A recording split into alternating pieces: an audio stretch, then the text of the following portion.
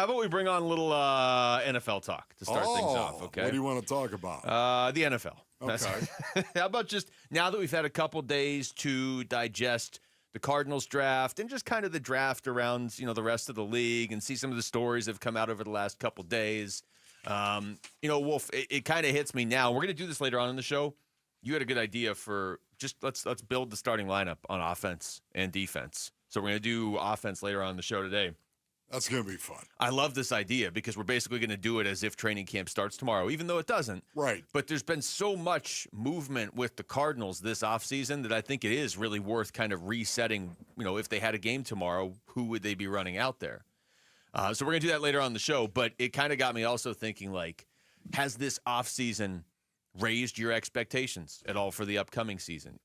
Were they already high? Has the offseason done nothing to your expectations? Has it lowered them? I'd be surprised if it lowered them, but you never know. Yeah, this is interesting as well because Dan Bickley, our own Dan Bickley, actually wrote a column on this on ArizonaSports.com. Oh, perfect. This very thing right here. Well, you're right. It's the front story. It is, yeah.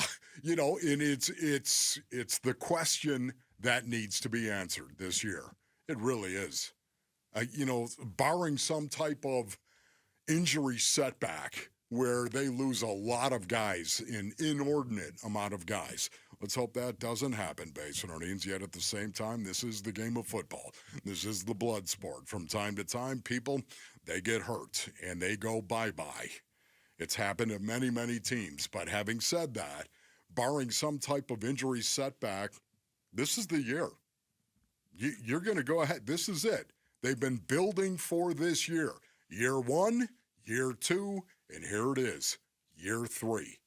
This is a playoff season for the Arizona Cardinals. This is a playoff season or bust. Yeah, as we're having this conversation, to me, it almost the only question that really matters, and I think that's been answered, is how do the Cardinals view this season upcoming? Do they view this as playoffs or bust? And I feel like they do. I mean, I don't know. So do I. I don't know that you're ever going to get anybody specifically to say that, or if they do, they're going to say, yeah, it's always playoffs or bust. But I mean, let's be real here. 2 years ago, when Monty Ossenfort, Jonathan Gannon, all these guys took over, making the playoffs wasn't realistic that year. It wasn't. You knew your quarterback was out for the first half of the season. A lot of people were thinking they were just going to sit him the whole season. You were trying to rebuild a culture. It was 2022 was a mess.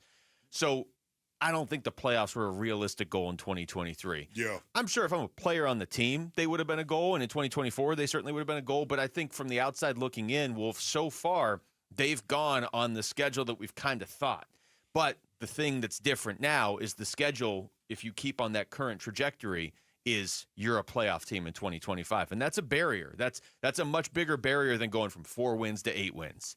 You got to break in and be one of the top teams in your conference and actually make the playoffs.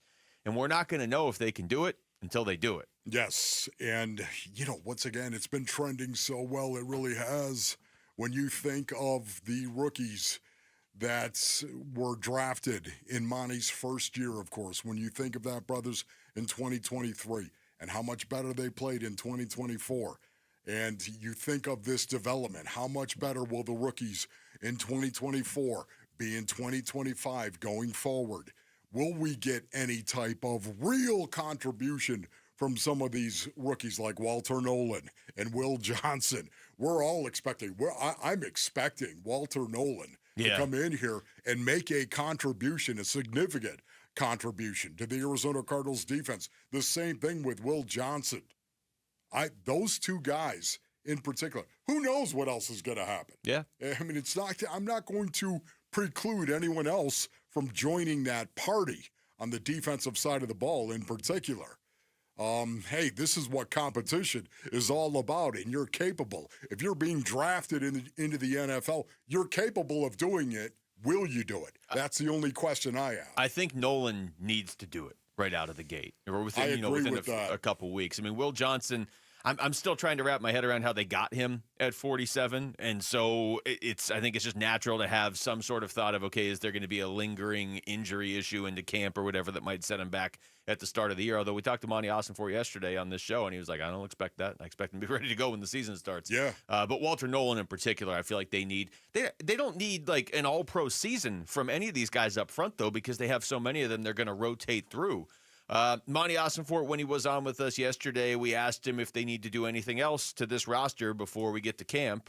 Well, Luke, I think the team building process never ends, right? So, I think we just actually had a meeting today with our pro department and just, talked about who's still out there and who's available and where we might have some room to add somebody or move the roster around a little bit. So, that never quite ends. But, I think to your point, that has been a huge focus is we want to increase competition, and we feel that we've been able to do that over the course of 3 drafts now and 2 free agency periods. We feel like we've been able to do that, and so that's all. It's only going to bring out the best in everybody. It's going to bring out the best of everybody on the practice field in the preseason, so that when we're ultimately deciding this 53-man roster, it's going to increase our depth. It's going to increase our starting spots, and you guys know this is a long season, and we saw it. We've seen it the last 2 years, just the attrition that takes place at positions. You can never have enough talented depth on the team, and we're excited to see that depth and that competition play out once we get into August. Yeah, this is going to be incredible right now, really. What more can you add for the Arizona Cardinals, and what should the expectation be? Because right now, looking at it, I think this defense is going to be twice as good as it was last year. Yeah. It needs to be. I don't know how to measure it in stats other than I do think they're going to have, what did they have, 40 sacks last year? I think we're going to be well into the 50s at least with sacks. And I say that not saying any of them are going to have double digits or I can even tell you who the sack leader on the team's going to be. I just think this is going to be a team that has a lot of guys with 4, 5, and 6 sacks, but they have a lot of them. And ultimately, do you really care if you're a fan of the team? If you have one player that's getting all the sacks, or if you just have the team getting the sacks, it's the end result's going to be the same, and maybe even better if you have a whole team doing it. So I don't know. I think if the question is, has it changed your expectations for the season coming up? I think in a weird way, no, because I was already expecting they need to make the playoffs this season.